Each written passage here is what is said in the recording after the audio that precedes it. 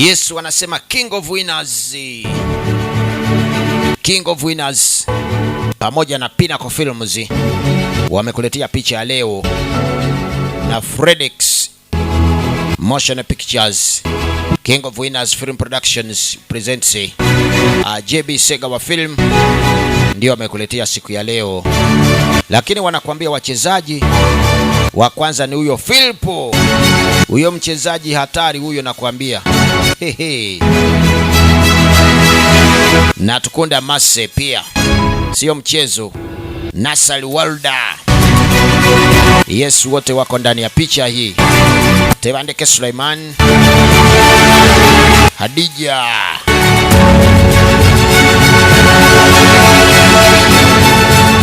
ni mwanzo hapa, tuko mwanzo. Rubega Anthony. Yes, Rubega Anthony. Na Molindwa Hawa vile vile unamwona vile na kuangalia. Wanakwambia wind of tears. Wind of tears, yani upepo ya machozi. Upepo ya machozi. Lukabwe Frederick ni editor. Pinnacle Steven ni camera na director of photograph. Na Lukabwe Frederick pamoja na mimi ndio tumetayarisha sound. Unaona ile unasikia vile inadunda hivi sisi. Alafu Mayanja kwa welfare. Tebandeke Suleiman costume na casting na tukunda Masi. Yes, alafu Ssegawa John Bosco, yani producer mwenye kuweka ndani pesa. Uona kama hii picha unaiona vile iko sahizi. Sasa mwanzo ni wapa, na tumeanzia hapa kwa jamaa moja, lakini anaamka asubuhi na mafikirio mengi sana. Lakini dunia hika anajiuliza, dunia kwa nini namupiga hivi? Unajua dunia inaweza nakupiga mpaka unasema kweli Mwenyezi Mungu, kwa nini uliniumba? Dunia inakupiga na ukasema Mwenyezi Mungu, nilikuja kwa nini duniani hii? Sasa ndio huyu jamaa wetu, lakini anasema hana cha kufanya, lazima chochote Mwenyezi Mungu ndiye anajua. Kumba na bibi yake hapa. Mkoa mpenzi, wenda tunagenda. Kumbe ulikuwa bado jaenda. Mimi naona nikienda nisipoenda haina faida. Kila kitu haiendi. Unaona mwezi mzima sina hata pesa napata huko. Yani hata na akiba yote tumeikula mpaka tunamaliza akiba yetu. Usijali. Wanakuambia sio kila siku ni Friday. Si kila siku ni Jumaa. Unasikia hata kama iko hivyo, lakini mkwambie mpenzi, watu niliwapatia vitu zetu, hata wanajua kumuomba mtu pesa na anakuambia mimi pia sina pesa. Sasa nifanye nini? Ndio hivyo mimi niko sasa. Niko tu hivyo na nimeshindwa cha kufanya. Sina hata cha kufanya. Nifanye nini sasa? So naona hivi, ngoja nitembee tu. Vile tu bwana anatoka nyumbani, nenda kutafuta chakula, lakini hata ya kukula ya leo sina hata hiyo ya kukula ya leo. Lakini ni kuvumilia tu, kumwona tu Mungu utafanya nini leo. Usijali bwanangu, mimi najua Mwenyezi Mungu atakupatia. Enda na Mwenyezi Mungu, lazima utapata chakula ya leo. Usijali. Sasa ndio hivyo tumeanzia hapa. Jamaa anasema kila siku anatafuta pesa na watu wenye anadai pia hawana pesa. Sasa afanye nini? Sasa kutoka huko itakuwa milioni 3 inatosha. Milioni 3 inatosha hivi. Sasa kuna bibi moja anataka kuuzisha fasi yake, na mtajiri ndio huyu na mabroka. Sasa tufanye karatasi ndogo hivi.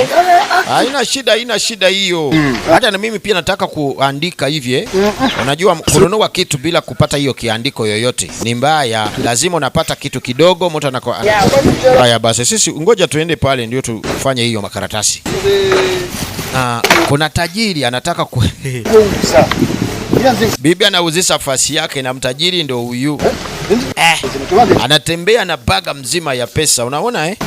Karatasi imejaa pesa hiyo. Sasa unaona eh? Mimi nataka tufanye hiyo eh? Tuandike chini. Unaona? Hakuna shida. Hata na mimi pia nataka kuwa na yes. Haya, ngoja sisi naandika.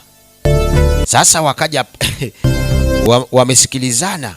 Huyo bibi anaenda kuuzisha fasi yake na milioni 3 peke yake anasema. Tajiri anasema hiyo mimi sina shida na hiyo. Ni milioni 3 tu hivi. Hiyo ni pesa ndogo hiyo. Nakwambia ngoja kidogo hapa. Sasa anafanya karatasi. Hii inamaanisha huyo bibi amekubaliana na yeye kumuuzisha fasi yake.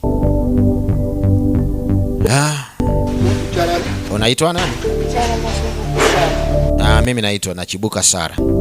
Haya, mimi mtajiri nimekubaliana na huyu bibi Nachibuka Sara kuniuzisha fasi yake hii. Pesa sio mingi lakini milioni 3 Yaani yeye ameomba hizo milioni 3.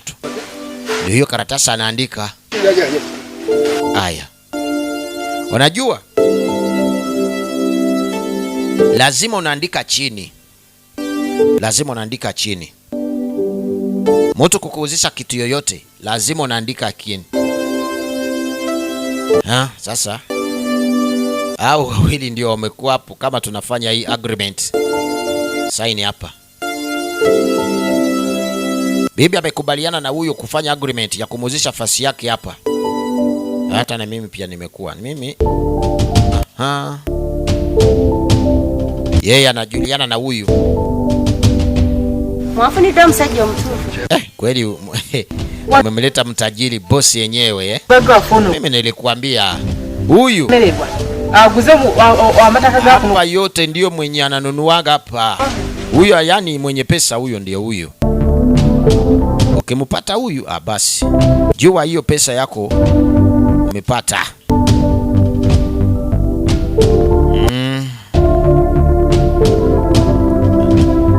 Anaangalia vizuri anasema hapo sawa.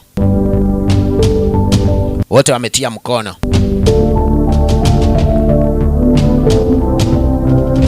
Inaitwa wind of tears. Yaani upepo wa machozi. Upepo wa machozi. Kwa nini inaitwa upepo wa machozi? Ngoja sisi tuangalie. Bado tuko mwanzo. Karibuni pale popote iko karibuni. Sasa mtajiri kupata hiyo karatasi yake na anaweka ndani mfuko. Mtajiri mwenyewe natoa hiyo karatasi. Unajua siku hizi msijali. Unajua siku hizi pesa pia ni ngumu kupata. Naweza kusema ni milioni 3 tu lakini kupata hiyo milioni anasema ni 3 tu. Ni ngumu yani bala. Sio rahisi kupata milioni 3. Sasa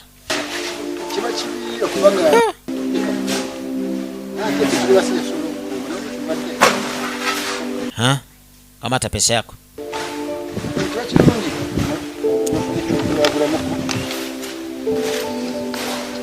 Sema. Siji bado na hesabu again. Wewe jamaa. Kitu gani unanipatia hii? Ni pesa. Pesa? Pesa ngapi hizi? Unanunua nguo hapa?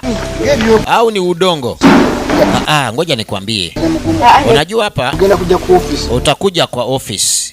Alafu wewe ya kwanza nilikuambia kukuja hapa nataka pesa yangu yote. Sasa wewe unanipatia hii nusu. Kwa nini unanipatia hii nusu?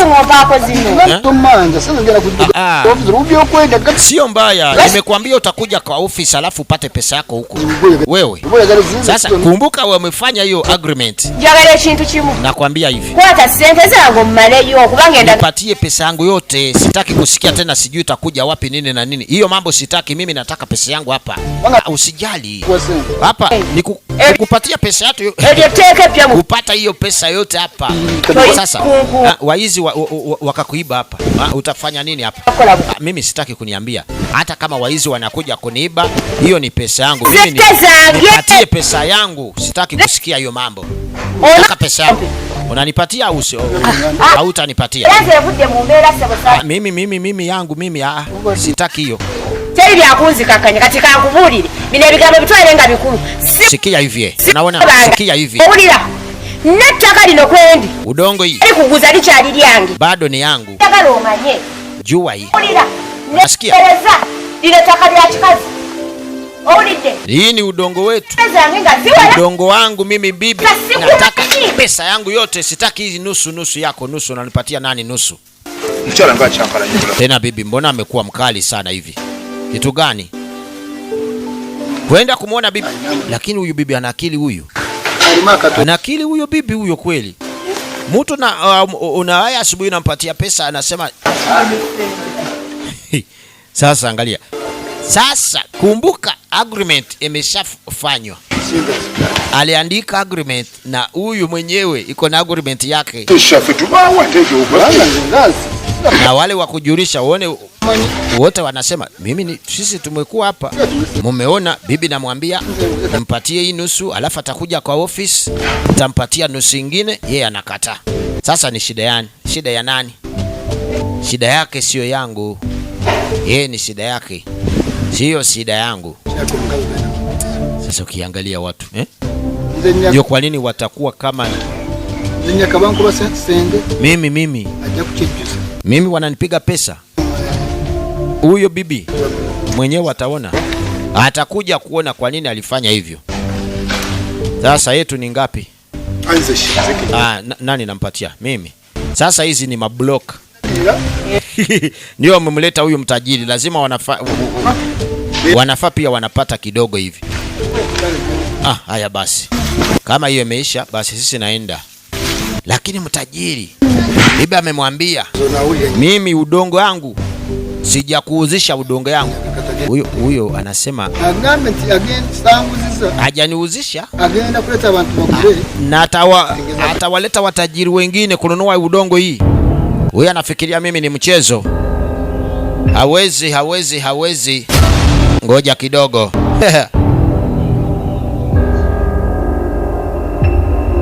Sasa huyo anasema huyo bibi anafikiria mimi ni mchezo. Bibi huyo anafikiria mimi ni mchezo, lakini atakuja kuniona. Tena hii udongo kutoka saizi ni yangu. Kutoka siku ya leo mpaka mwisho wa dunia. Wewe ngojea. Basi. Sijui ananisikia kusikia. Alafu atakuja hata na kuniona. Ikiwa kama ananisikia kusikia, basi anaenda kuniona. Sasa kurudi kwa mwenzetu. Wewe mambo nini wewe? Mbona hauna life nini? Naona wewe kibaya, wewe mwenyewe ndio unajepiga shida hizo. Wewe sitaki hizo hadithi yako wewe, usinipiga hadithi. Sasa huyu alitoka nyumbani kwenda kupata pesa. Na yeye anakaa hapa anafikiria hana haja ya kupata hizo pesa. Na bibi nyumbani hana cha kukula. Lakini anajua. Jamaa. Sasa wewe unampatia 10,000. Wewe ngoja kidogo. Lakini unajua nimefanya vibaya. Ningeleta chakula tu. Sasa wewe unipatia pesa. Tena wewe uninunulie chakula, wacha wewe pia. Pesa ni bora kuzidia chakula wewe, nakwambia. Sasa mwenyewe akaenda. Unajua dunia inapiga watu siku hizi. Kila mtu analia. Yaani pesa hakuna. Sasa akaenda hizo kwa mobile center hizo. Sasa zile mkwani. Bibi yangu, umeona hizo pesa nimesukuma Nimekutumia pesa hapo. Haya, hiyo ndio nimepata. Ninunua kuku na nyama, mchele, matoke yote. Kwa 10,000 ametuma. Unajua mtu anaweza anasukuma 10,000 hivyo. Anakuambia nataka nikule kuku, nataka kula nyama, nini yote, mchele, alafu matoke hivyo. Na weka na chapati. Na pesa yenyewe. Sasa kunao wawili. Wanapiga story hapa kidogo kidogo hivi. Kumbuka anaitwa Winds of Tears, inaitwa Wind of Tears. Sasa Au kuna mtajiri anakuja. Nataka tupatie loan. Hii loan tukipata hiyo loan, alafu tutamwekea na kumbe mtajiri au amekuja kupata loan. Lazima tunafanya agreement. Unajua pesa siku hizi sio rahisi kupata pesa siku hizi. Pesa ni ngumu kupata siku hizi. Najua mtu anaweza ikiwa kama ni kununua udongo, mtu anaweza kuuzisha udongo na tena anamuuzisha mwingine na mwingine hivyo. Sasa mtu akiona pesa anageuka roho, unajua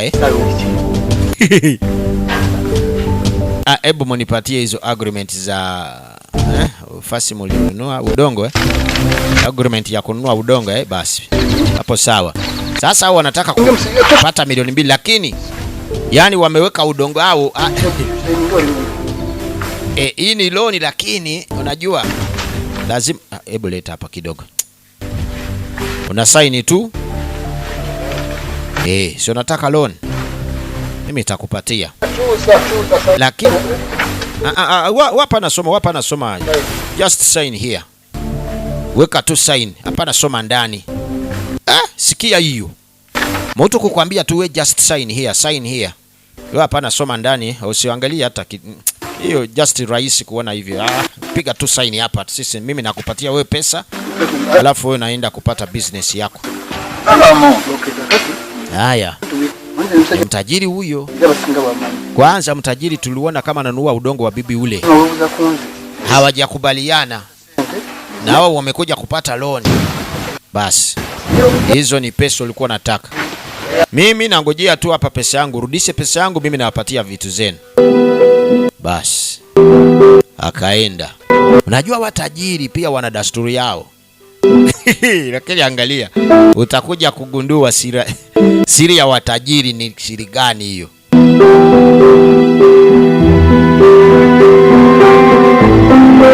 Lazima mtu apate loan lakini Joshi. Joshi. Joshi. Wewe Joshi jamaa. Soko jijambo. Kuja hapa kidogo wewe. Hebu kuja kidogo hapa jamaa. Soko je. Sogea hapa.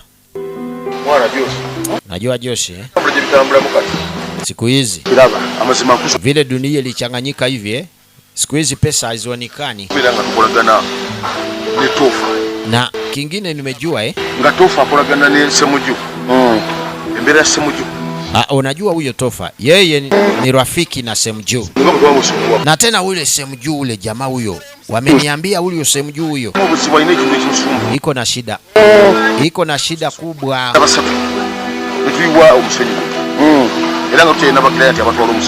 Tulikuwa watatu tukaleta hii mchanga hapa.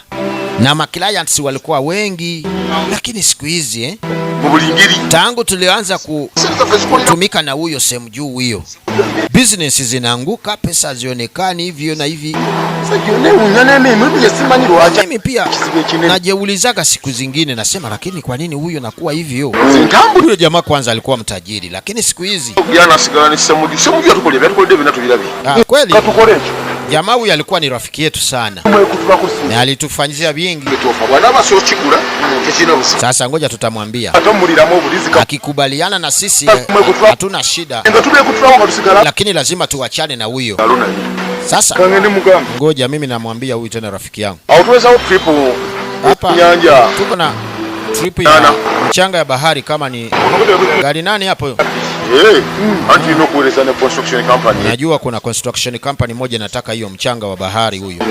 Lazima wewe mimi unanijua. Hauna shida. Sasa hao kwanza walikuwa 4 lakini wanasema kuna jamaa mmoja wao sijui iko na shida gani. Walianza kama pesa zinakuja lakini siku hizi wanasema siku hizi pesa zionekani. Inaonekana huyo jamaa mmoja wao ndiye ana shida, lazima wamchomoke. Sasa kuna nafasi moja lakini kuingia peke yake ni kuna dasturu pia. Kuna dasturu nafuata hapa ndio naingia. Nafika ndani, naweka pesa. Alafu naanza kuomba unataka nini? Naomba, wanakuambia ingia ndani huko. Iko huko mganga. Ingia huko mganga iko huko. Ngoja mimi naona. Wadada mbona wana Leti sente. Ente ngiretide mu kavero girabye. Nkurangedde wano, nkurangedde. Chemukola. Sasa nasema Yes alongo. ameleta ng'ombe, lakini ng'ombe ndio hiyo. Ndio hiyo ng'ombe. Sasa huyo jamaa mganga ndio naona kwa nini ananunua kila mtu hapa, na mwenyewe ndiye anapatia watu loni huyo. Kumbe kufika huko anafanyia huko uganga wake hapa. Bibi amekuja nasema, dada niko na shida nyingi, tako niombee, nimeleta pesa yoyote uliniomba. Ng'ombe hapo kazi, ng'ombe kubwa hapa. Yani hizo pesa zinanunua ng'ombe kubwa. Jamaa nini hapa? Nini hapa? Tena unajua vile siku hizi si mambo ni hiyo. Kugambe ngo bude bushari kuba negeza mukone samu. Nenge kizibu mu business yake kiva. Sasa unaona mimi nimeongea na sema, ananiambia wewe ndio shida yetu. Ukaanza maso no kuatakana na semu juu. Kwa nini wewe shida yetu? Wewe ni rafiki na semu juu. Tena semu juu iko na shida nyingi. Josh. Wewe Josh. Uyaukanye nentegera. Uko na akili yako kweli? Una akili kweli? Mambo gani unaongea hiyo? Ngoja nikwambie. Unajua huyo sendi huyo. Yeye iko na shida mingi. Shida nyingi iko nazo. Atenga pechikiriza mu business yake. Kuna abana bapete bagenda kujanga wasemu. Sisi kitugenda okukola oba tulagala mwe kutulako nawe tugenda kulekera nze sigale ne Samu. Kama wewe unataka kuwa na huyo jamaa wako, na sisi pia tutaachana na wewe. Mimi nitakuwa mimi na Samu mpaka siku utakuja kujua yeye huyo jamaa wako ana shida, tena shida zake zinaingia na kwa business yetu. Sisi hatutaki kuona hiyo. Sasa unaona hii laki nani hii? Laki nani unaona Nianza kuchaka programu mimi naenda kupata Sasa anasema naenda kupiga club. Lakini aweza kaenda na hizo pesa na mwachia huyo mwenzake kuweka, alafu kesho atamletea laki nani. Lakini wamemwambia yeye na jamaa wake sendi huyo yuko na mambo mengi. Yani hizo mambo hizo iko nazo ni lakini hao jamaa hizi mambo gani wanaongea? Jamaa wetu iko na shida, na shida zake zinaingia na business zetu. Yeye anakuja na mwana gani? Hawezi akakubaliana na wao. Hao wamemwambia wewe ukiwa kama bado unakuwa na yeye, lazima na sisi tunawachana na wewe. Sasa kwa nini wanasema hivyo? Lazima kama mtu anafanya business, sangine unapata, sangine haupati. Lakini yeye inakuwa ni shida ya mtu. Au pia Yika najiuliza hapa kidogo, anasema lakini kwa nini wao wanasema hivyo? Siwezi nikakubaliana na hao. Hii mambo wanasema ni uongo hii. Paka nafikiria. Maka amempatia laki nane, anamwambia unajua mimi naenda club. Na tena huko club kuna wabibi wakiniona na hizo pesa wanaweza wakaanza kuzingangania. Sasa utaniletea kesho. Lakini jamaa huyo achana na yeye, ndio na sisi tutakuwa kama tunafanya na wewe. Lakini isipokuwa hiyo wewe hatutaki hata kukuona hapa. Sasa kwenda nyumbani. Anarudi kumuona bibi anakaa huko. Bibi yangu, kitu gani nafanya nini hapa? Mimi nimepumzika hapa kidogo. Unapumzika Pole huko. Nimepoa. Nyambuka mu nyumba wali. Niko naingia huko nyumbani. Na ndiye nombuliza ka fresh air nyumba. Nikakona huko hapa. Mimi niko napata hapa baridi hapa wewe. Unajua fresh air unapata hapa, lazima unakaa hapa nje. Mbade ngambo wa. Mambo gani huko? Mimi nimekuwa huko lakini unajua. Simivinyo kali. Ndoza kankulete. Ni mbaya lakini sio mbaya sana. Wakati nipate kitu unakula. Unajua wewe? Ndakubanga. Shtufu. Kweli nimechoka. Mimi hata pipi anaona. Kabisa naona umechoka. Lakini ngoja kidogo. Tena nini? Tubadde. Nimekuwa huko. Jamaa wangu alikuwa anaenda fasi. Nataka kuklabu Koleshi. Sasa yeye iko na pesa mingi. Sasa hizi pesa nyingi alikuwa nazo akasema nimwekee. Alafu kesho nitakuja na hizo pesa. So naona ni 800 Bibi akahesabu. Ni 800. Kweli 800? Umehesabu macha.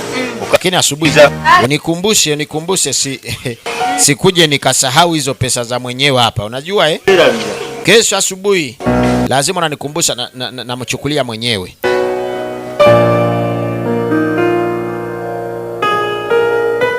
Muda unapita. Usiku watu wanalala. Napiga singizi. Paka asubuhi. Asubuhi kuna bibi tumbo. Nao wanaenda anaongea kumbe. Poleni jamaa. Na wewe pole. Mnakaa hapa? Kuna jamaa moja namuuliza sijui mnaweza mnamjua. Wanasema yeye ni mganga. Kama mganga afanyago wao. Huyu mtajiri wetu Nyanga huyo. Akati nyabo. Unajua kintu wabuze dda. Kweli. Ora kumembe ko wete. Unaona huko pale ulitoka kwa maembe. Hata chiri. Hapo kuna njia hapo ungepitia hapo. Mbuga yo merogira bina kukubo.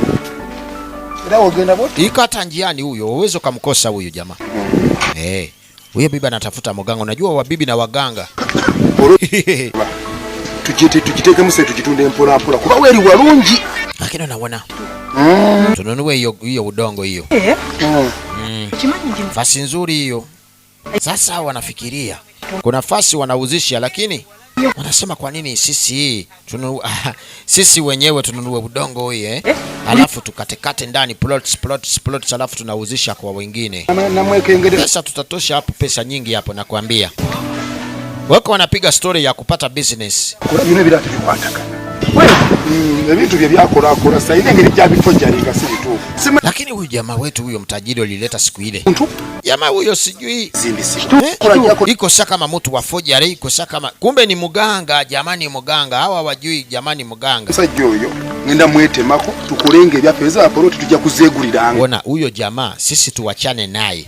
Ikiwa kama ni kununua udongo au plots hizo, sisi wenyewe tutaweka ndani pesa. Mimi ukisema mimi nafuata tu wewe. Sina shida na hiyo. Na huyo anafika. Dasturi hapa lazima unaifuata. Kufika hapa tena. Hapa ndio mwanzo nafikia. Weka hapo pesa, uomba kila kitu ambao unataka.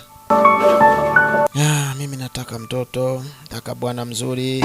Haya ingia huko, mganga yuko ndani huko.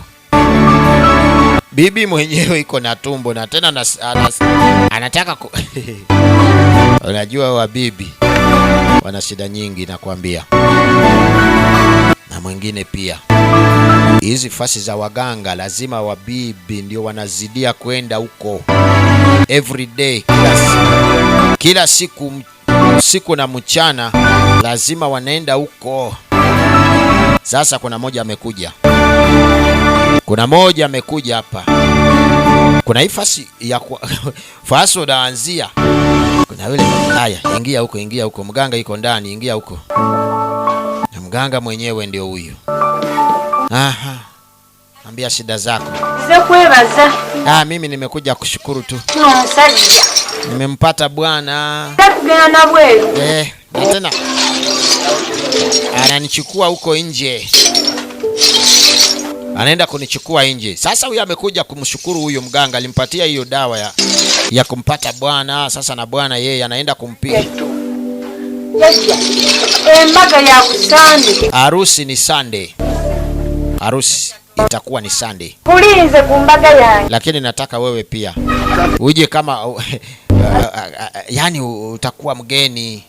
utakuwa mgeni kwa harusi yetu. Ndio hiyo mambo ya mganga. mganga na mambo yake. Wengine wanakuja kumshukuru, wengine wanaomba na wengine wana shida zingine. Ngoja kidogo. Mama mtoto tena mimi nilikuambia unikumbushe asubuhi kama mimi naenda. Pesa za mwenyewe nataka mimi niziache hapa. Hebu niletee pesa za mwenyewe nimchukulie. Sasa huyu lazima nachukua pesa ya mwezi yake. Yeye alimwambia jana nenda club. Haweza akaenda na hizo pesa. Bibi anasema hizi pesa zako ndio hizo hapo. Sababu pesa zilikuwa ngapi? Si zilikuwa 800,000. Ilikuwa 800,000, 300,000. Ngoja nione kidogo. Lakini nakumbuka walinipatia 800,000. Mama mtoto. Ngoja hapa kidogo. Hizi pesa ngapi? 800,000. Wewe kuhesabu hizi pesa unaona hizi ni 800,000. Ndio hizo pesa nilipatia jana jamani. Ndio hizi. Kumitwale 800 je nakuwadde. 800,000 nilikupatia wewe unanipatia 300,000. Mimi ulinipatia pesa jana nikachukua nikatia fasi alafu ndio hizi. Wewe sitaki mchezo. Naona hizi ni 300,000 na jana nilikupatia 800,000. Sasa pesa za wenyewe ziko wapi? Harakisha toa pesa za wenyewe wewe pia. Bibi siku hizi mnataka kuwa tena na maana gani? Mtu nakupatia 800,000 wewe unaleta 300,000 asubuhi kitu gani? Angalia huyo bibi. Wewe unataka nafikia mimi nimeanguka azimu. Ziko wapi pesa? Ya kweli pesa hakuna ndani. Wewe sikia. Unasikia mambo unaongea. Kuna mtu alikuja hapa usiku. Hakuna mwenye alikuja. Sasa pesa wenyewe iko wapi? Mimi ulinipatia hizo pesa jana nikaweka ndani. Ndio hivi natoa pesa na kupatia. Sasa tena nini? Sasa nilikupatia alafu nikazitoa. Wewe sikia hivi wewe bibi sikia hivi Sitaki mchezo unaona? Mimi chukua pesa ya mwenyewe. Mtu alinipatia 800,000. Kitu gani unaniambia wewe hauoni hizo pesa? Ikiwa kama unatoa godoro toa kila kitu. Mimi kurudi hapa nataka kuona kama uko na pesa ya mwenyewe. Ukiona haujazipata pata vitu vyako alafu unaenda wako nyumbani. Utarudi kwenu nyumbani wewe. Sitaki kukufika hapa wewe kama bado uko hapa. Mimi ni bibi siku hizi mbona mumekuwa waizi sana hivi? Mtu na usiku moja hivi kufika asubuhi 500,000 imeenda. Kukula wewe panya. Sasa mimi nitafanya namna gani? Na tena kweli jamali nipatia 800,000 nikaweka ndani. Weka pesa hizo ndani. Sasa tena kufika asubuhi pesa zimeenda kwa nini? Mimi nitafanya nini? Yeka nauliza atafanya nini? Unajua dunia ina shida zake. Kila mtu na shida yake duniani hii. Sasa Sendi anagonjwa pia anaumia. Na wenzake wanasema huyu yeye iko na shida na mwenyewe anajua shida yake na inaonekana shida ya huyu. Hata na pesa za business zinaenda.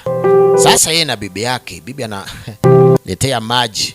Najua kama wewe unagonjwa na hakuna chakula, afadhali unapata maji unakunywa kidogo. Ngoja mpenzi wangu. Ngoja weka hapa maji. Maji weka hapo nitakunywa baadaye lakini mimi mwenyewe hata sicheze nikaamuka. Maana mimi nasikia vibaya. Karibu nitakufa nafikiri. Najua kigonjwa hivi unaanza kufikiria mengi. Sijui leo nitakufa sijui nini. Sichakora. Unaona Mtu sinaji nyenda kuja. Tukugonjwa. Hauna kazi. Hata na chakula nyumbani hakuna pesa. Najua mpenzi. Wewe tuse. Unakukuma bubu. Mimi naona lazima tuvumilie. Nyana ye. Kuvumilia sio mbaya lakini unavumilia Kama hata na chakula hakuna, unavumilia namna gani kama hata hauna chakula? Utafanya nini?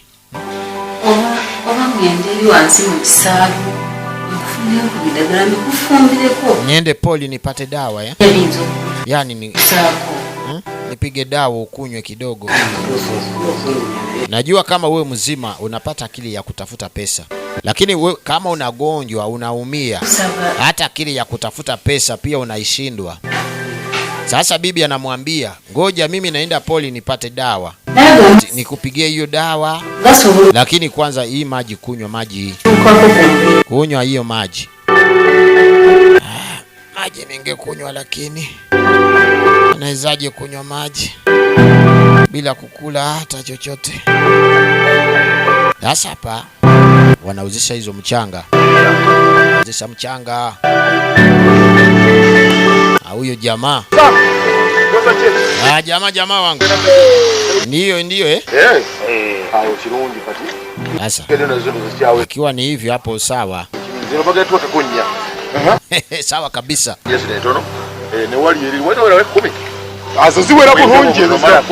Hapo mchanga bado iko. Mchanga hapo. Hata kama ukitaka gari 5, hata 10 utapata. Sasa unaona mimi nilikuwa namwambia huyu Tofa. Yeye na jamaa wake, kama yeye bado wana yeye kama yeye ni rafiki ya huyo sana. Sisi na yeye tutaachana. Ni kweli huyo jamaa ndiye alitutoa huko mjije akatuleta hapa mgeni. Sasa atakapatia chakula hivyo sawa kabisa, alitupatia kila kitu. Lakini yeye iko na shida. Unajua kama uko na shida, hata kama ulinisaidia jana, mimi siwezi nikakufuata na shida yako hiyo. Hiyo shida yako kama inataka kukuua, lazima kuue wewe peke yako, sio na mimi. Unajua ndio mimi nakwambia watajiri. Sasa jana watajiri walikuja hapa wakapata mchanga. Na hizo gorofa walikuwa wanajenga zikaporomoka. Sisi ndio walipigia simu, unaona? Walitupigia simu kutuambia hii, nafikiri sisi ndio tuko na adhabu hizo. So unaona? Huyo jamaa wako huyo na shida zake za na tena mwenyewe anajua. Sasa wanasema ule jamaa yao iko na shida ya kutawala tu dunia. Yeye achana na yeye. Kama wewe unataka kuwa na yeye, mtawale dunia pamoja, ni shida zenu, sio yetu. Wewe sema kweli. Kwa maana hizi na pesa hizo ulinipatia kuweka jana, ndio hizo nataka sasa siku hizi. Ngoja nilichukua hizo pesa nyumbani. Nikamwambia bibi yangu, wewe weka hizo pesa. Sasa kufika asubuhi namwambia mimi naenda kazi. Nipatie hizo pesa za wenyewe nichukue. Kunipatia pesa kama ni 300,000. So naona? Unaona? Na bibi mwenyewe nimemwambia mimi kurudi kama hajanipatia hizo pesa zangu. Usifukuze bibi bure, hiyo ni ya bure kumfukuza huyo bibi.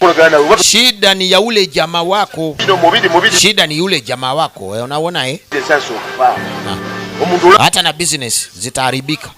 Sasa huyo namwambia sio bibi yake nyumbani ndio alichukua hizo pesa, lakini ule jamaa Sendi, yani rafiki yake ule, sijui iko na shida, sijui iko na nini, au jini hizo zinakuja usiku zinachukua kila kitu na pesa zinachukua. Ikiwa kama ndio hivyo, huyo jamaa sisi tumeachana na yeye. Afadhali nyakuleka yose kwata ukibanga cyicu. Ikiwa ni hivyo, hata na mimi pia na Sendi, mimi nimeachana na yeye. Mimi nilikwambia huyu jamaa alikuwa ni rafiki yetu sana kutoka Ujiji, ndiye alituleta hapa, lakini yeye iko na shida nyingi sana. So naona mimi nilikwambia, so naona pesa zina unaweka pesa usiku, unafika asubuhi pesa zimeenda. Ni shida ya ule kweli. Nilikuwa kiziwe, lakini hapa sasa macho yangu inaona. Sasa yeye alikuwa ni kiziwe lakini anasema vile mniambia hivyo. Kitu gani naona hapa? Hii ni kitu gani? Hata na wameanza na kujenga nani ya udongo yangu. Au jamaa wanafikiria mimi ni nini? Baada hajanipatia hizo pesa zangu la milioni 3. Sasa tena yeye anataka kujenga hapa hivi namna gani? Wewe. Sikia. Wanapiga kelele, wanapiga kelele. Kumbe yule ni mganga. Unakuja unapiga kelele. Unaona? Shide maanguka. Amekuja kama anapiga kelele. Kumbe mtajiri alikuwa ni mganga. Anampiga upepo yake. Asa kurudi tena kwa Tofa. Bibi ya Tofa ndio huyu. Aliweka 800,000 jana. Kufika asubuhi imekuwa 300,000. Kumbe huyu wamemwambia bibi yako simfukuze, shida sio ya bibi yako lakini bibi ya ule jamaa wetu na yeye ndio wana shida hizo. Mpenzi bwanangu naomba msamaha. Tako nisamee. Kumbuka alimwambia mimi nikikurudi hapa kama hujapata pesa yangu, funga vitu zako urudi kwenu. Nimetafuta kila fasi lakini pesa sijapata. Maskini. Sijagusa hata ndururu hivi. Afadhali kama kunipiga unipige lakini sitaki kurudi kwetu. Siwezi nikarudi huko. Nilitoka huko kama mimi mchanga lakini sitaki kurudi huko tena. Pata vitu. Haya, pata hizo vitu. Chai mkate. Kuna ndani bayalani. Maziwa na mkate na saizi naona mko nje. Umenisamehe? Asante sana bwanangu. Asante sana. Kumbe wamemwambia jamaa yao ndiye ana shida. Pesa zinaenda kuenda hata na business zinaharibika. Mama Tony kuja hapa kidogo. Sasa amekubaliana na wale wenzi yake. Naona mazima gali ya kweli. Pera mwegendeleza nnyo ku bintu ebikwatagana mu makaka. Yechunge na mambo ya nyumbani hapa. Jagala chikwate n'obwegendereza. Kila kitu hapa. Chunga. Otekewo mbeera ezatwawula wakati. Sitaki tena kusikia kama unaleta style hizi za sisi mimi na wewe kuachana. Unaona Chunga, mimi sitaki kuachana na wewe lakini wewe lazima unachunga dasturi yako. Haya basi, mimi nitachunga. Hebu nipatie hii na baga mimi nachukua ndani. Afadhali mimi nilikuwa nafikiria mimi nitarudi huko nyuma. Unajua wakikutoa mjiji alafu mtu anakuambia alafu kesho wewe unarudi huko. Unaweza kulia mama nyabo kabisa, unasema kweli. Life imeisha. Haya, huyo kumbe na huyu anaendaga huko. Toa bisirani, toa mambo yote. Alafu sisi naingia. Wanamganga hao. Unajua akiwa kama unafanya business lazima kitu kidogo unafanya ka upande. Wewe. Unaona? Wadada wako. Wako sio vizuri. Hata na kukusalamia hawajakusalamia, angalia hapa. Wadada wako. Angalia. Hauna shida lakini business zilikuwa zinatembea lakini usiku kwa nyumbani huko nasikia vitu zinalia. Ngoja nikwambie. Kwanza wewe mwenyewe ulikuja hapa ukaomba utajiri ulipata na hakurudi hapa kufanya chochote. Sasa na wadada huko unaona wanakuonea Ngoja nione kama watakusaidia. Ati huyu anasikia watu wanalia usiku nyumbani. Wanapiga mabati, wanalia kwenda kuchungulia nje. Hakuna mtu, na unasikia mtu nasema huyu ndio wewe. Mambo sijui kama nini hivyo. Oh, mganga anasema ngoja kidogo. Unaona hapa?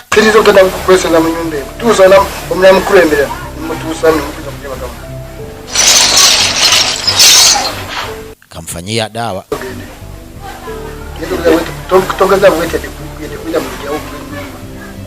Lakini chunga. Mimi nitachunga. Mimi nitachunga. Angalia hapa. Unaona wewe, lakini angalia. Naona uko na shida bado hapa. Lakini utaleta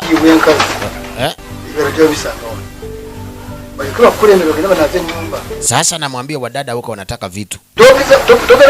Ukileta hizo vitu watakusaidia. Hautasikia, lakini usipoleta hiyo nini? Wewe mwenyewe utaona. Mimi nakwambia hakuna shida. Hizo mimi nitaleta. Ngoja mimi natoka, lakini mimi nitaleta. Sasa yule bibi sijui bado naomba tumbo, na mimi mwenyewe namuona iko na tumbo.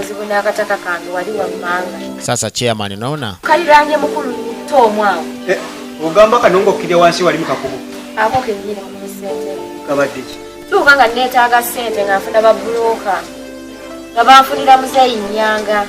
Namulambuze ettaka ngalisima. Tukiliziganya bukaddo. Sasa huyu anamuelezea chairman alikuwa iko na shida. Yeye akaamua kuuzisha udongo wake. Nikawaambia au mabloka kunitafutia mtajiri. Sasa mtajiri walimleta na mtajiri mwenyewe hakulipa pesa zangu, nafasi yangu anataka kujenga sasa. Wameanza kujenga. Lakini nyinyi wenyewe mko na makosa unaona? Kwa nini ndio sisi mnataka tuwe wabaya? Unawezaje kwenda kuuzisha udongo wako na hakuniambia mimi chairman Wewe unajua. Ukiwa kama unataka kuuzisha udongo wako, lazima unakuja kwa chairman. Mimi hapa. Kwa maana mimi najua kila kitu. Kwa mugigi yetu. Uzai nyango yenyenyini. Yali nendagano simanyi byesoma ye yajiwandika. Jamaa mwenyewe ndiye alifanya agreement. Hata mimi sikuangalia ndani ya agreement hiyo. Na pesa yangu hajanipatia. Ngoja. Mimi nitawakusanya wote. Lakini musiendelee na makosa kama hivi. Ikiwa kama nataka kuuzisha kitu yoyote, lazima unakuja kwa chairman. Mambo ya mgigi yetu mimi mwenyewe ndio najua. Lakini nakwambia udongo wangu, unajua mimi ni bibi. Sina hata cha kufanya. Lazima unisaidie au usijali. Usijali, mimi nitakusaidia. Mbona uko na kabina kubwa hivi? Na chairman pia na alia moto. Sasa kurudi kwa jamaa. Huyu jamaa wanasema yeye yuko na shida zake. Na shida za huyo mwenyewe ndiye anajua. Ndio ukiwa rafiki na yeye, lazima mnatawala tu dunia na yeye. Bibi unajua? Sasa akamwita bibi yake. Nipatie hiyo simu, nampigia huyu jamaa wangu Tofa huyo, sijui na yeye siku hizi iko namna gani. Unajua yeye ndiye ananisaidiaga hapa. Lakini hata leo hakuna tacha kukula, sijui kama Tofa iko na pesa, lazima nisaidie. Kumbe Tofa walishamwambia huyu jamaa achana naye. Na yeye pia aligundua, aliweka pesa nyumbani jana, alimpatia bibi yake, na bibi pesa kumupatia kama 500,000 imeenda. Sasa wanasema huyu jamaa iko na vitu zake zinachukua pesa za watu. Sasa Tofa iko hapa. Sasa huyu ananipigia nini tena?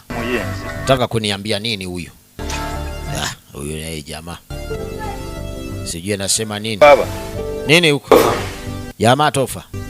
Muganda wange wanvamu nawe. Rafiki yangu, ndugu wangu. Muju ekitufu. Umenitupa hapa. Ese muju nawe. Najua. Ndio kugamba si muju. Mimi na wacha mimi nikwambie. Sijagamba ati sichagala kukwata na simu. Sio kusema ati mimi siwezi hata Sio kawetambulire kushika simu yako, lakini wewe kwanza tembea, hebu enda kwa waganga wenyewe watakwambia. Wewe iko na shida. Mtu kuhangaika hivyo. Lazima kuna kitu kinamsumbua. Semujusoka weterize. Akwatagana na bintu bifa. Unasikia? Ili musinonye muganda wange mpeleza pasente. Lakini mimi kwa vibaya hapa. Hebu nisukumie pesa hapa jamaa. Mimi karibu nitakufa. Semuju ekitufu obanga to. Unajua Semuju? Semuju uli bubi. Uko vibaya najua uko vibaya, lakini enda kwa waganga watakwambia shida zako. Uko na shida na sisi zinatufuata hapa. Genda mubaseka bakurumbire. Semuju obele. Enda kwa washek watakuombea dua hizo. Bamwebyo. Wewe wachana na mambo ya kukaa tu nyumbani. Uko na shida kubwa sana, mimi nakwambia. Ekitufu ya kweli kwanza. Sikiliza nikwambie. Mwana wa Dubai. Wewe usinipigie mara ya pili. Usinipigie nakwambia. Jini tofa nzijeko. Na tofa pia Ngo tofa kunzija kusimu. Kweli huyo tofa mimi nilimtoa huko village. Mpaka town na sasa yeye hataki kunishika simu yangu. So naona watu ndio wanakuwa hivyo. Nawe chawe ulikuwa kubira simu nzija kwa hiyo kwemba tensigaza. Nikati leo yanzija kwa roho zangu lingi. Anasema huyo alikuwa ni rafiki yangu sana. Sasa akiwa kama huyo pia amenitupa. Sina cha kufanya. Sibitegedde gwa marina mitambulo. Lakini unajua wewe ndio najua wewe na shida zako. Mwenyewe ndio najua. Lakini wamemwambia enda kwa washeki. Wafate waganga watakwambia uko na shida kubwa. Sasa tunaenda polisi. Chema anasema unamwona huyu bibi iko na shida. Alikuwa na udongo yake huko chini, alikuwa anataka kupata pesa.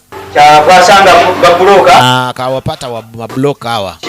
Wamtafutie mtajiri mtu wa kununua udongo wake, yani apate pesa kidogo. Sasa huyo mtajiri walimuleta.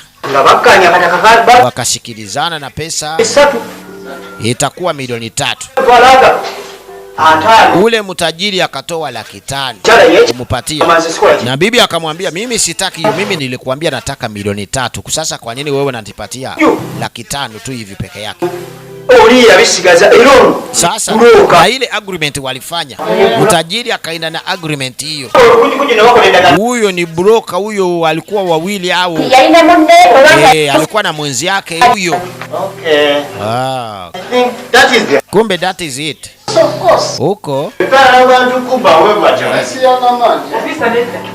nyinyi ndio mnaiba watu hapa sisi tulikuja tukafanya agreement. Hapana. Unaona huyu kama hao wanafanya hivi. Sikiliza sasa. Unajua polisi wanasema pata yeye. Bloka alikimbia. Madam, nafayo. Lakini usijali. Huyo jamaa sisi tapata yeye. Sasa ofisa. Genda kupasa bronze. Sisi naenda kufanya kwa mambo yako. Ngende ndawa batusebanga. Sasa ngojea mimi ni chairman.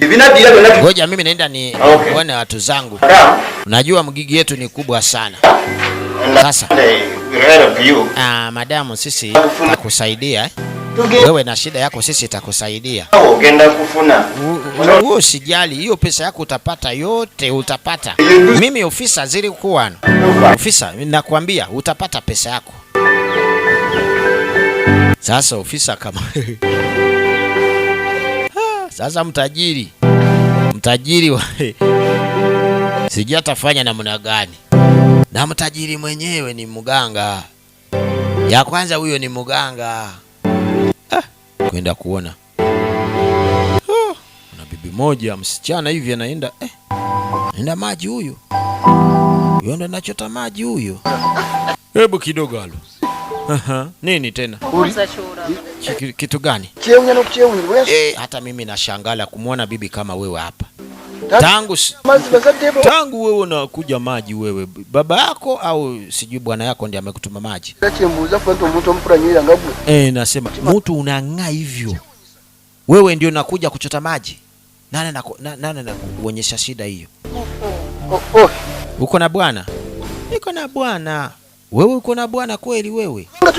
Una bwana na bwana yako hawezi kumtia mtu ya kuchotea maji na mtuma wewe bibi unang'aa hivi ndio unaenda maji wewe. Kweli unamwita huyo ni bwana yako? Kanamba kisimako. Sasa ngoja mimi nakwambia. Unaona mganga? Najua waganga. Mjechunge sana na waganga hao. Nakwambia mjechunge sana. Tuseka wewe ndi mfumbo. Hapa nacheka. Ndi mfumbo na kweli uko na bwana eh? Chira cheka ngojoi. Hata kama wewe uko na bwana. Njagala sanyu. Hiyo sio bwana, lakini mimi nataka furaha tu kwako. Furaha unaona Furaha. Sasa kibaya tena bibi. Nyumbani kuna shida. Bwana hatumiki siku hizi na pesa hakuna za kukula hata. Ngoja mimi nasikia. Usijali. Unaona? Ukikubaliana na mimi, unasikia? Umekubaliana na mimi? Huko nahangaika na dunia na mimi niko hapa nataka mtu kama wewe wewe naona? Umeniona tu hapa lakini mimi sio mtu hapa. Hapo naona?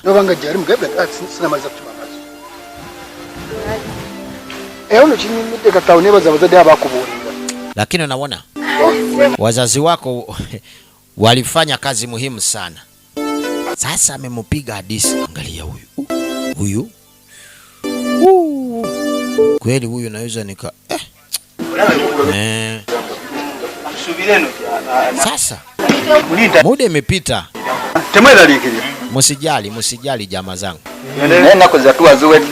Huyu jamaa yeye alituambia sasa hao walipata loan. Na tumeona mganga ndiye aliwapatia loan. Hao wanasema wamemtafuta huyo jamaa kumrudishia pesa zake lakini sijui amejificha nini na siku zimeenda.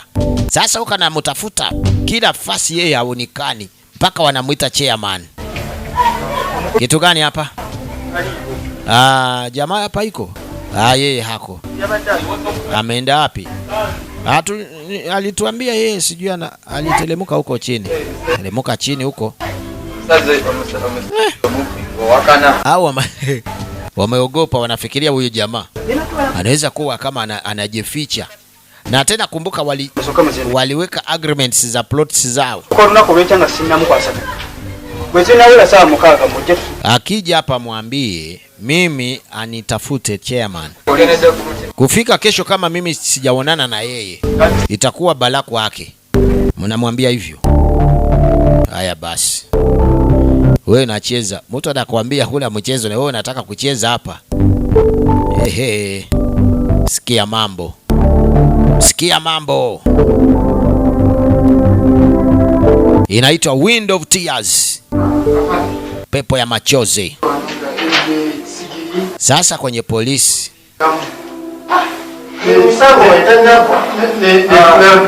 Now this case pana bado iko chairman. Mimi nafurahi kuwa na wewe. Hebu kapo kidogo. Mimi nimekatwa. Muko na shida? Shida gani? Shida iko hivi. Siku moja watu wangu walikuwa na shida. Wakaenda kwa jamaa anaitwa Nyaga huyo. Sijui Nyaga. Baba wa sente akawapatia pesa na kuwapatia pesa. So nabo walikubaliana watarudisha hizo pesa na mweka ndani. Nataka kabo kali wansi. Kati omukulu Nyaga byamalo bawa sente. Bagene bakole ne bamala ebizibu byabwe. Kati ne bafuna sente ezo. Ne basala bazinkole ki? Bazimutwalire mukulu Nyaga. Sasa huyu anamwambia vile walipata pesa wakamaliza shida zao, ndio tena halafu wakaamua kurudisha pesa za wenyewe. Mwenye pesa kumutafuta siku hizi haonekani, na tena walifanya agreement hiyo siku ikapita, kama bado hawajaleta hizo pesa, yani ile udongo waliweka huko itakuwa kama imeenda. Sasa ndio sisi tumekuja hapa kuambia polisi na LC yote ijue huyu jamani agasijua anataka kuwa mwizi. Huko na karatasi zako hapa, nasema pesa pesa iko hapa. Unajua sangine hizo pesa wanaita karatasi tu. Ndio hizo pesa zake. Wameshatayarisha pesa ya jamaa kumchukulia, lakini yeye mwenyewe mona pesa nyingi. Lakini msijali, hapa polisi sisi tunaweka hizi pesa. Sisi tunaenda kuchunga hii pesa. Hakuna hata ya ndururu itatoka. Kweli?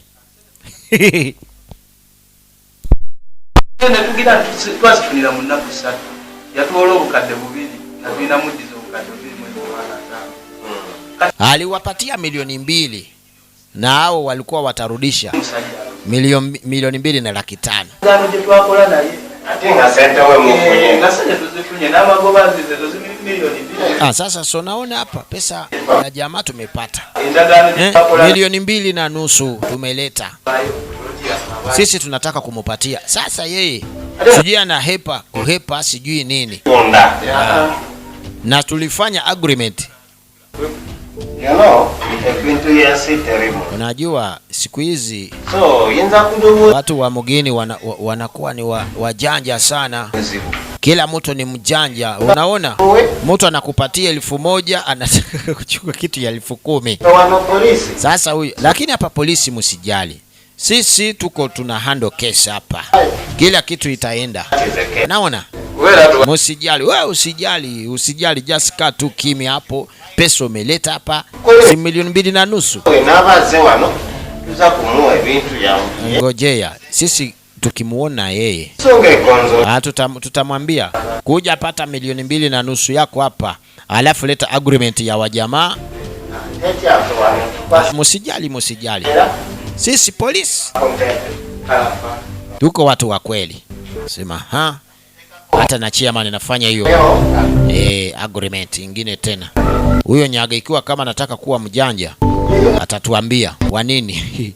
Sasa angalia huyo bibi ya wenyewe, siku zimeenda na anza kukuja kwa huyu jamaa, alafu jamaa anaanza kidogo, lakini anamwambia usijali.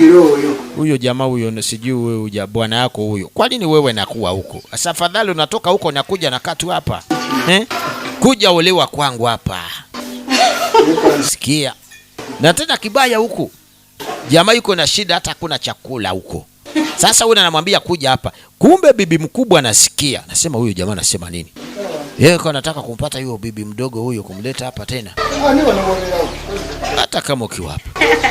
Mimi niko nafasi, naweza nikakuweka wewe nakaa hapa. Usijali, mimi niko na nyumba.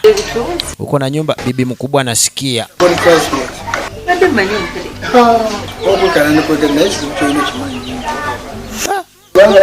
Sikia story.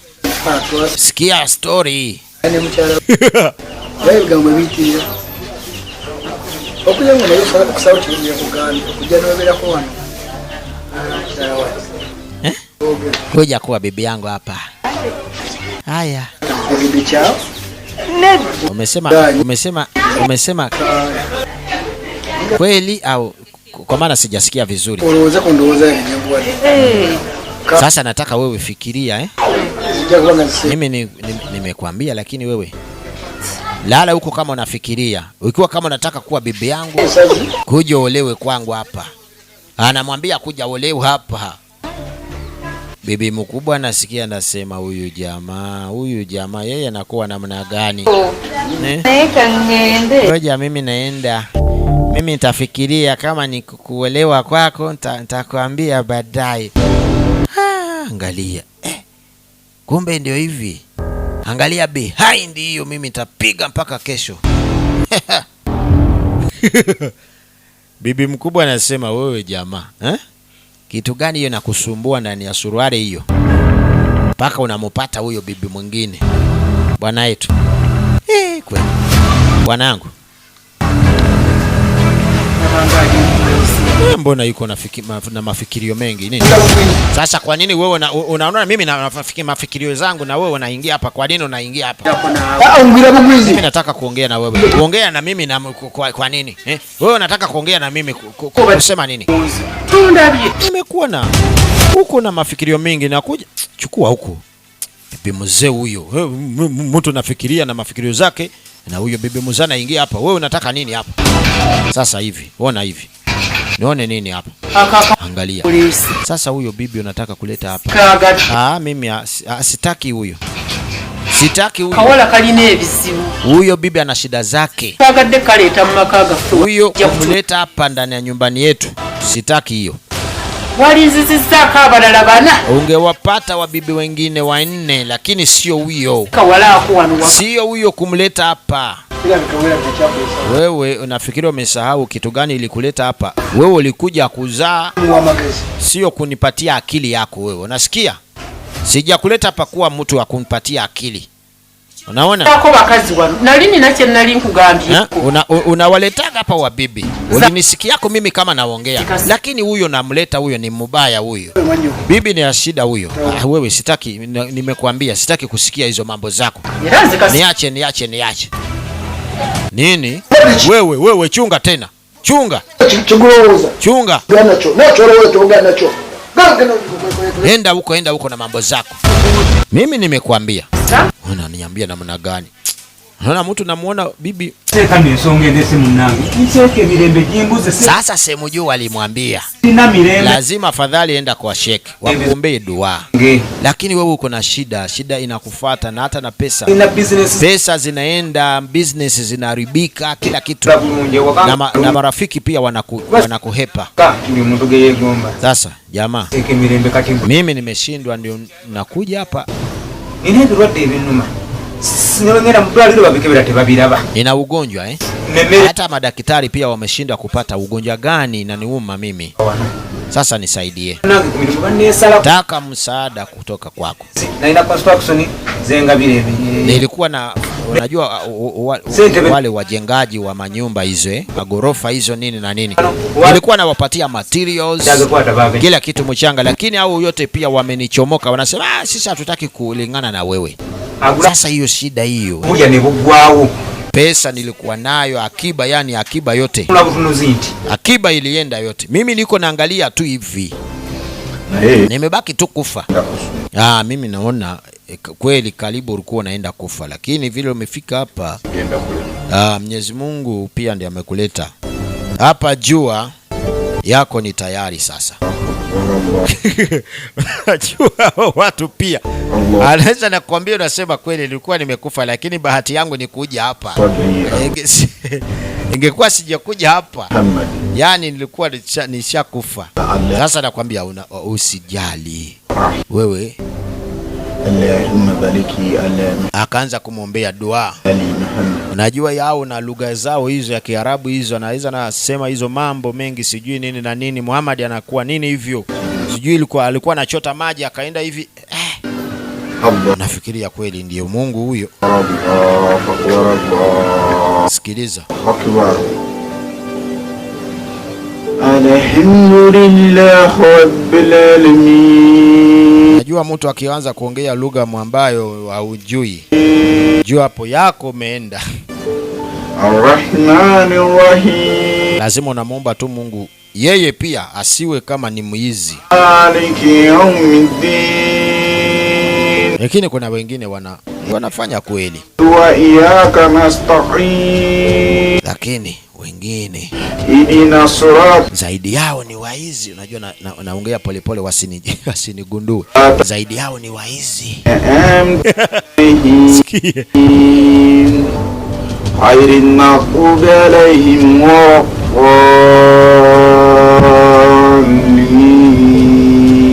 unasikia? Amin. Sema amin.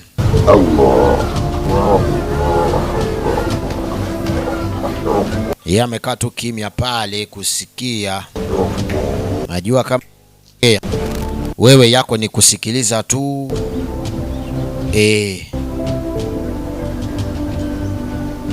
Kiota nasema lazima unafuata tu kufuata.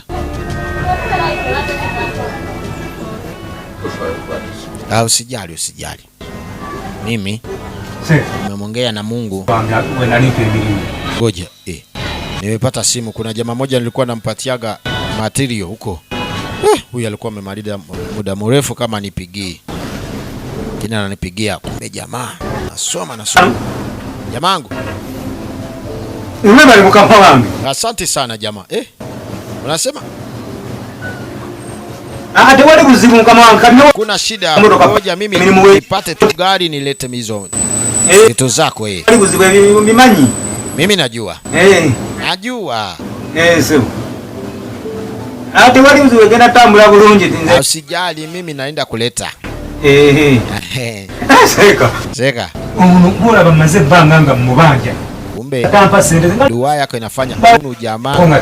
Ilikuwa miaka 2 kama mimi nadai yeye. Lakini sasa angalia hapa. Yeye mwenyewe ndiye ananipigia. Anasema na kuja nikupatie pesa yako ulikuwa unanidai, alafu nataka kuniletea hata na material zingine. So naona hapo ndio Mwenyezi Mungu anafanya hivyo. Kila kitu unajua Mwenyezi Mungu alikuumba na bahati yako. Kila mtu ana bahati yake. Na yeye ekizibu ekisigadde ukibaya.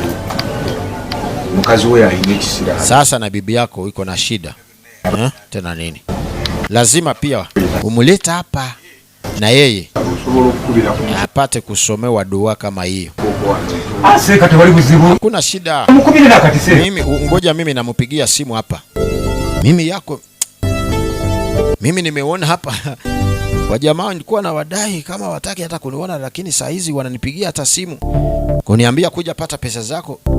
Ikiwa kama bibi ana shida, wacha mimi pia namupigia. Sasa bibi ndio huyu. Yes bwana yangu. Bibi yangu. Uliruda wakati. Uko wapi siku saa hizi? Uliwaka. Uko nyumbani? Ndiye waseke vindu vya teretenda. Mimi niko hapa kwa shek moja hapa, lakini diru zote zitandiswa kutuka. Nakwambia hata diru zangu zote zimeanza kwenda vizuri. Lazima nataka ukuje. Ni kisirani jambo la kusabiri fena. Uko na shida kubwa sana, kuja hapa sheka kupatie dua hii. Shida? Mimi niko na shida. Nzendi Muislamu oli okompite. Wewe unaniita kuwa Muislamu kuja huku kwa shek. Wabula gwe tosinikira ko binyova ku. Wewe sitaki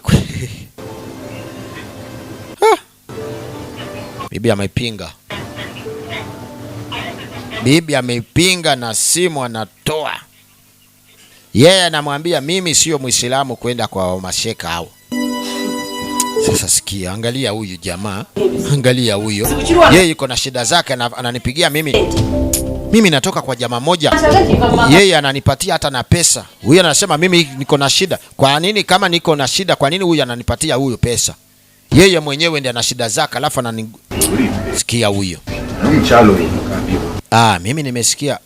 Lakini bibi wako kweli ana shida kubwa. Najua saa nyingine unaweza kuwa kama uko na shida na hauwezi ukakubali uko na shida. Lakini usijali. Ikiwa kama bibi yako ni kama hivyo, omba tu Mwenyezi Mungu utamupata bibi mwingine mzuri kuzidia huyu. Mimi nakwambia utampata bibi mzuri. Enda na Mungu. Utampata mwingine mzuri. Unaona? Wamemwambia huyo bibi lazima achane naye. Yeye yuko na shida. Sasa mganga wetu. Oba biseera bya corona nga bibasirie. Ikiwa kama sasa huyo pia ana complain.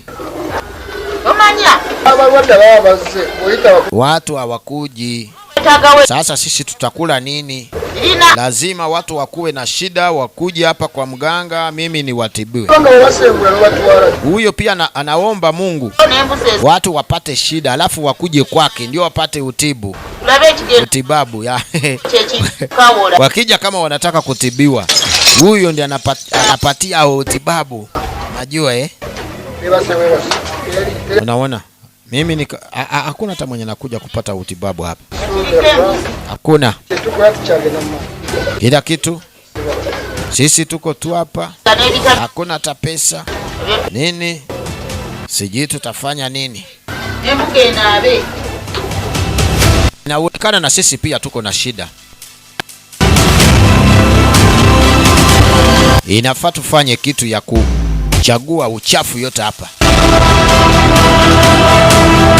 Pia wanataka kufanya hiyo sacrifice. Sasa mimi niko hapa tu, Nini unasema? Tena hao unafanya nini hapa?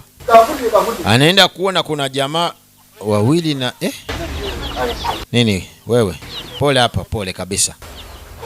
Sisi tunaenda. Waliwo uzibuzibu obuliwo kweta. Na shida inatakikana uje kwa polisi. Kama wafe yusinga yabimanyi. Shida gani? Mkubwa wetu huko ndiye atakwambia. Wewe kuja tuende alafu watakwambia huko. Kuja sisi naenda. Naenda. Lakini ikiwa kama nyinyi mko wa polisi wenyewe, lazima wewe hatutaki kusikia tena hizo mambo. Sijui nataka kutiwa kwa nini. Wewe amuka tuende. Mimi nitaamuka mwenyewe. Amuka basi. Amuka basi sisi naenda. Wewe usiniguse pia nini? Sitaki hata kunigusa. Sasa mganga. Hata mwani wange mutwala. Bwana yangu amefanya nini? Mama usijali. Wewe. Sisi tunaeleka polisi. Tena usitufuate. Sitaki kuona kama unatufuata.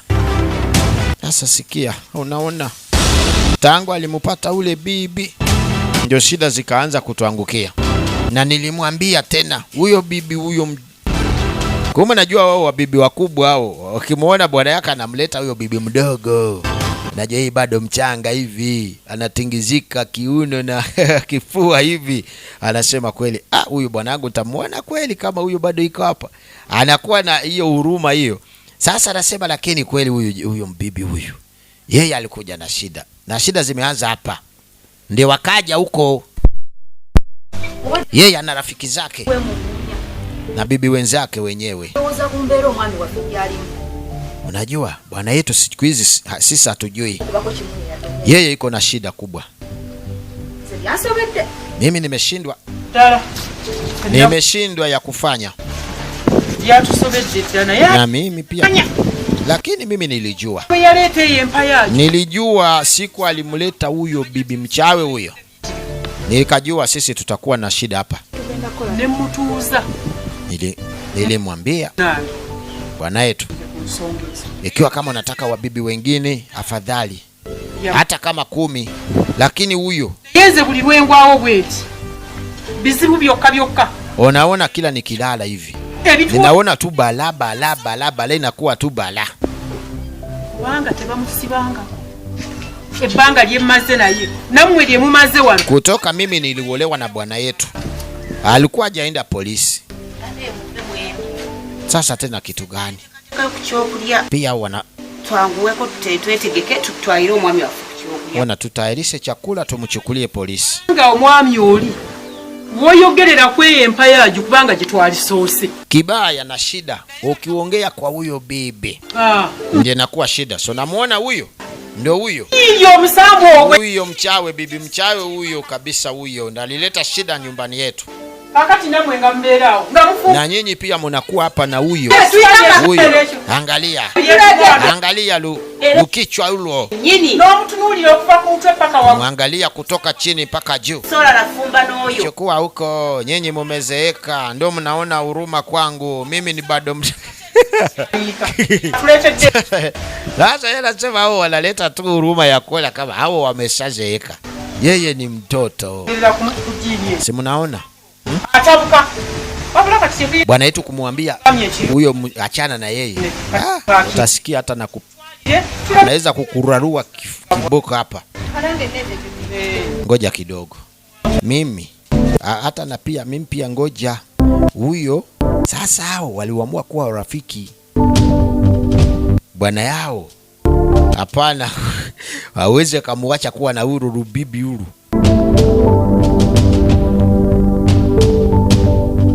Afadhali wabaki tu hao. Lakini kumuongeza huyu hapana. Angalia. Bado tunaendelea.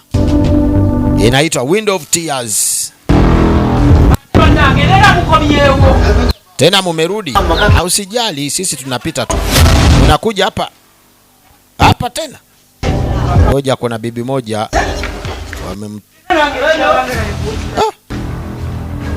ni hapa na hapa. Wewe nini tena? Amanda arrest. Yes. Nkuzechi. Wewe uko under arrest tena nini? Kuja utaonea huko. Kuja huko. Lakini hiyo ni mbaya kunigusa tu hivi. Ngoja mimi navaa viatu zangu wewe. Unavaa tena unataka kukimbia tena sitaki. So naona. Unaona. Fadhali hapo wamempata huyu. Chukua. Chukua bibi hulu na kichwa lako hulu. Chukue polisi. Chukua. Kweli. Usirudishe hiyo kisirani hiyo, msirudishe hapa. Piga hapa. Kweli. Nilikuwa sija. Sasa wanasema huyu akienda hivi watalala au watapata usingizi walale kidogo afadhali.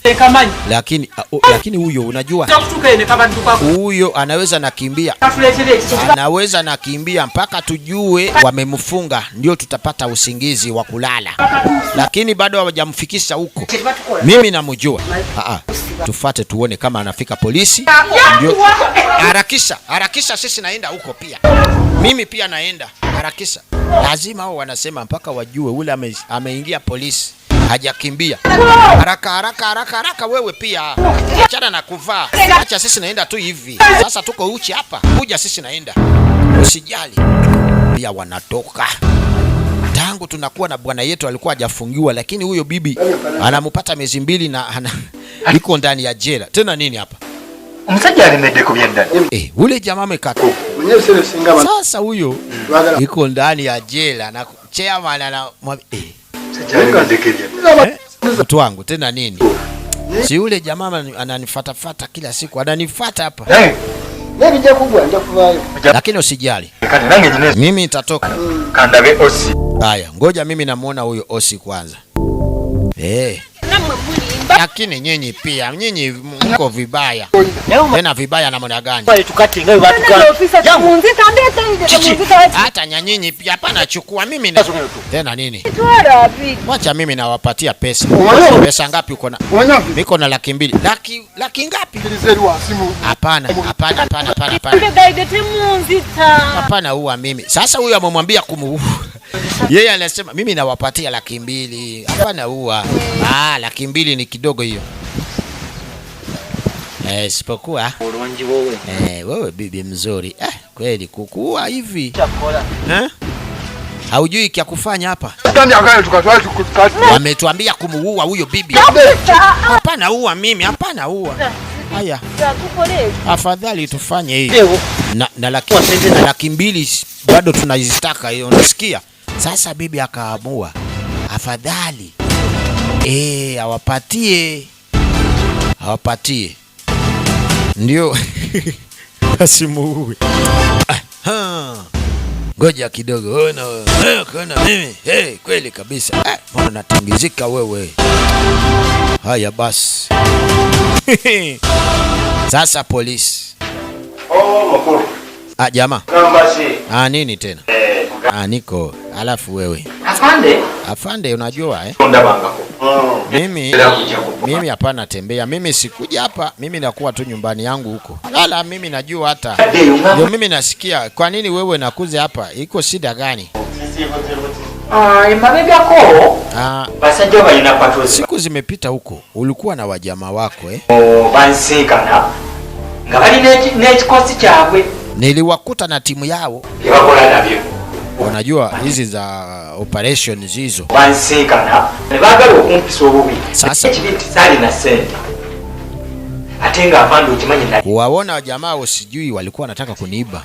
Na kizuri mimi nilikuwa hata sina ndururu yote. Hata 100 nilikuwa sina hata pesa.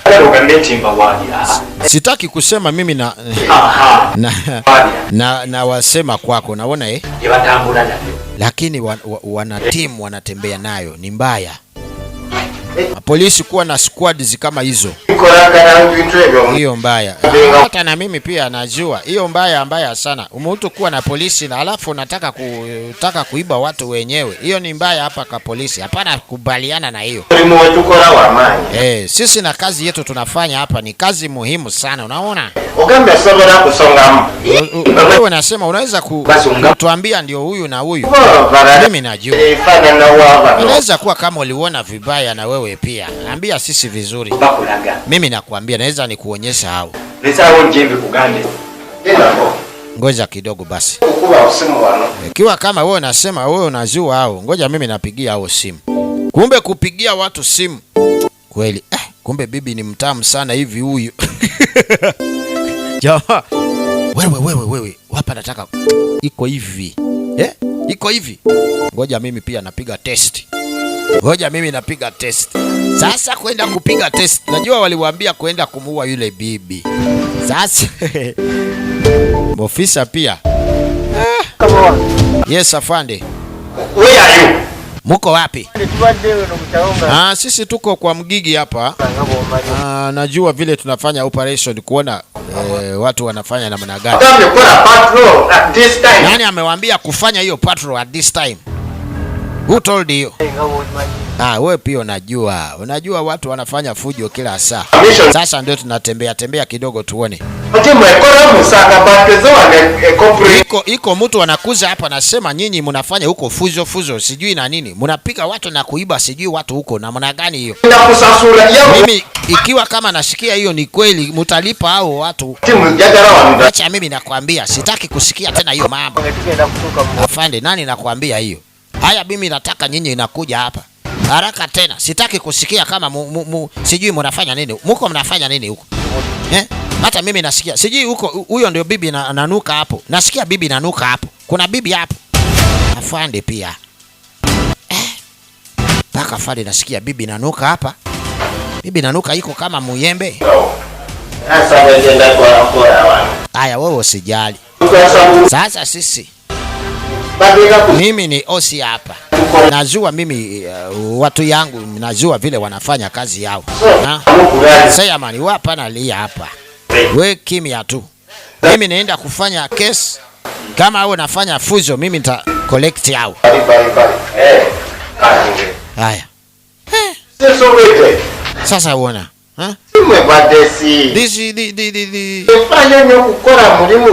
Sisi tunafanya kazi hapa kuona watu ya salo wanasikia vizuri, lakini tena kuona huyu wanafanya fujo sijui wanafanya nini.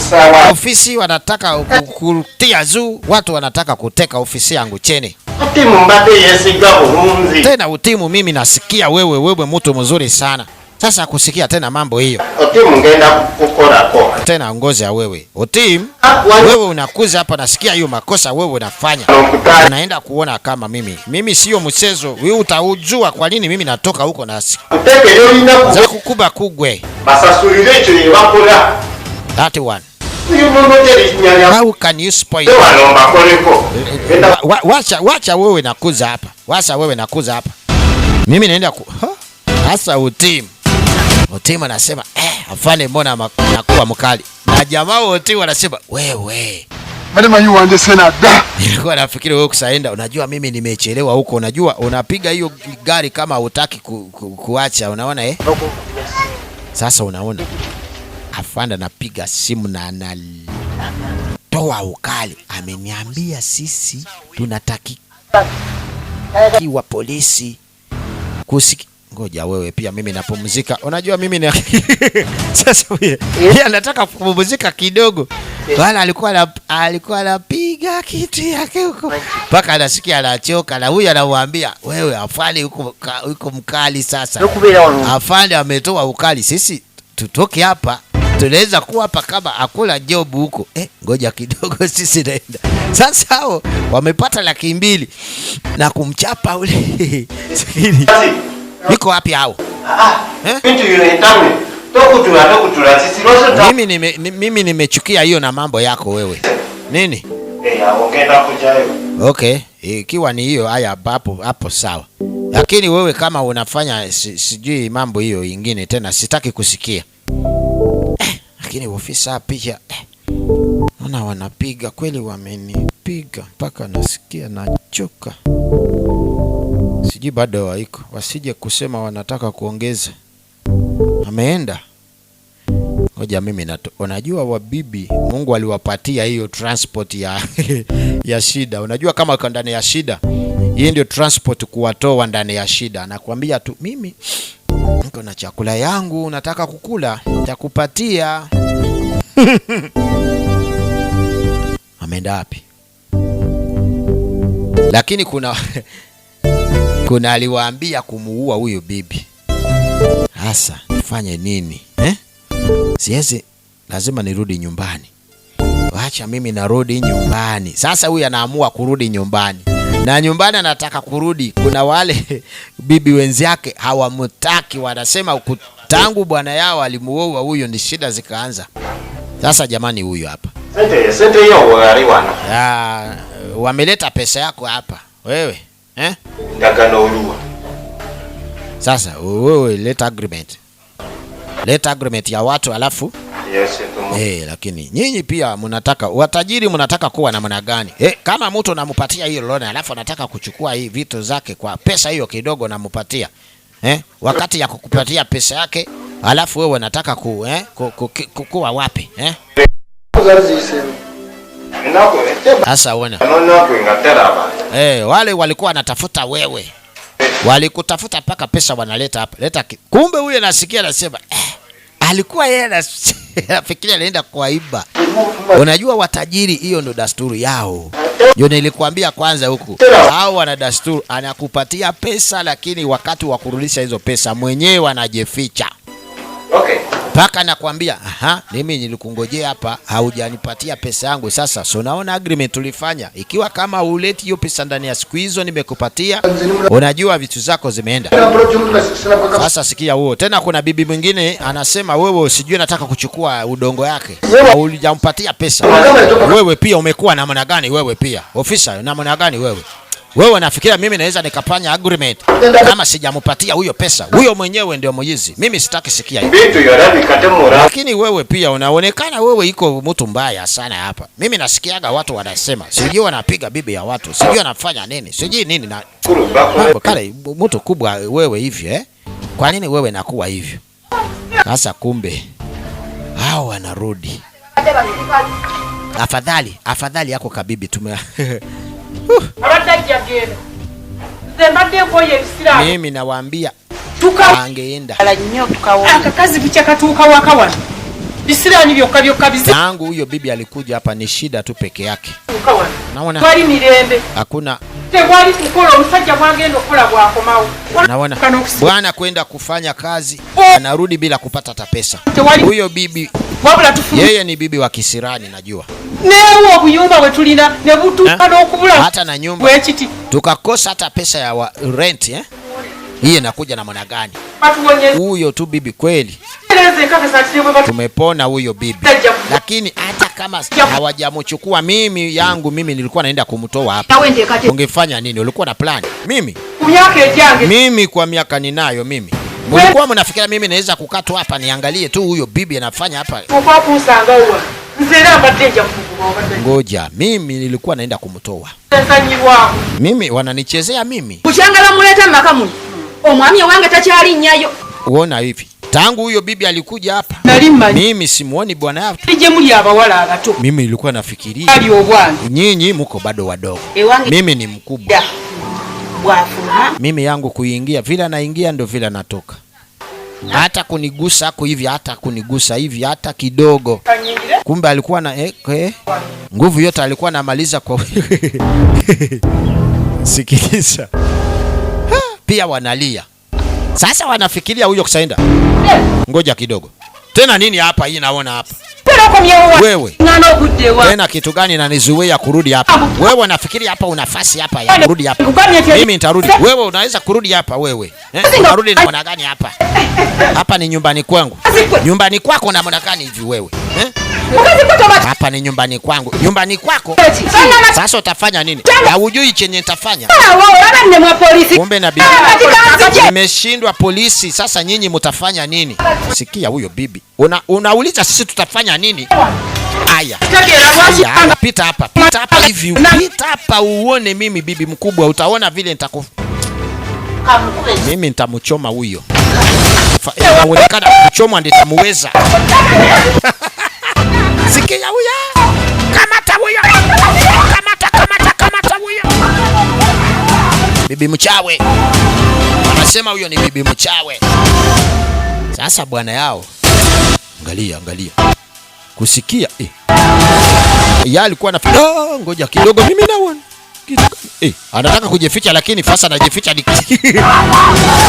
Simama, sisi nataka kukuua wewe. Wewe alikuja naingilia nyumbani yetu na kuchukua bwana yetu. Sasa bwana anasema angalia hao. Wanamkimbiza bibi mwenzao kwa nini?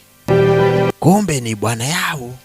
Lakini wale wote walikuwa na anasema huyu hapana, fanya kazi yake kwa wale wa bibi wengine. Tangu alimpata ule. Sasa niliambia huyo jamaa kumuua. Sasa pia wamenikula pesa zangu bila kumuua huyo bibi. Ndio huyu aliambia waue ule bibi.